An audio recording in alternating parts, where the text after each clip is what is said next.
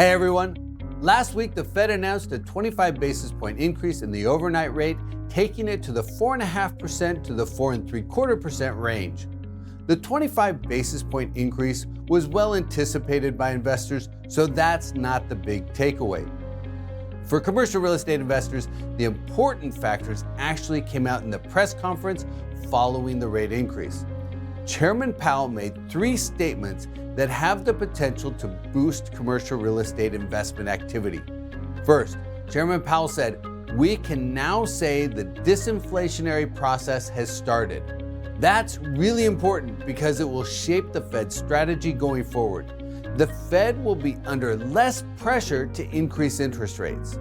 Second, Chairman Powell said, "I continue to think that there's a path to getting inflation back down to 2% without a really significant economic decline or a significant increase in unemployment."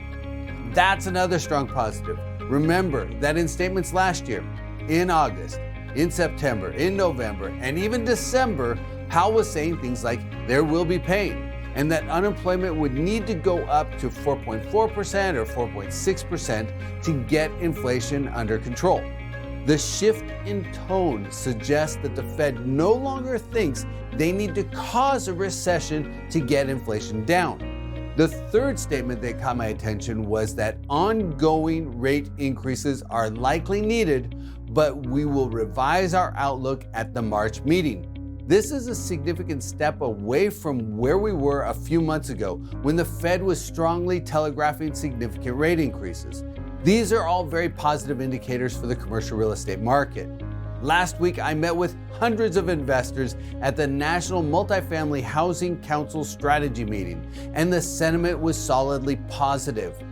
Although most investors remain in a cautious wait-and-see stance, there was also a lot of enthusiasm for rising activity this year. It was almost like they're waiting on the sidelines for someone to yell, "Game on!" That might be the message we just heard from the Fed. The Fed's shift to smaller rate increases and a more stable monetary outlook is delivering an important change, a change in tone and a change in outlook. And that's putting downward pressure on commercial real estate borrowing rates. The 10-year Treasury fell back down to the 3.4% range, the lowest we've seen since September last year. In addition, lenders have already started to tighten up their lending spreads, which is also moving borrowing rates lower. If inflation continues to decelerate, as it has since it peaked last June, then borrowing rates could soon stabilize, in turn adding momentum to the price discovery process in earnest. Yes, borrowing rates are higher than they were a year ago, and that's putting upward pressure on cap rates, but it looks like interest rates are beginning to stabilize, and that will allow the market to calibrate their pricing. As I've alluded to in past videos, the February 1st Fed rate announcement could be the watershed event that brings stability to the commercial real estate investment market.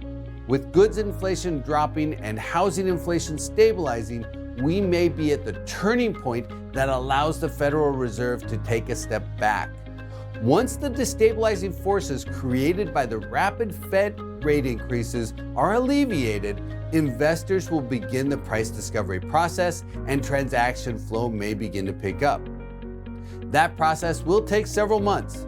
It won't be an overnight event, but this is a positive sign that the market will start down that path.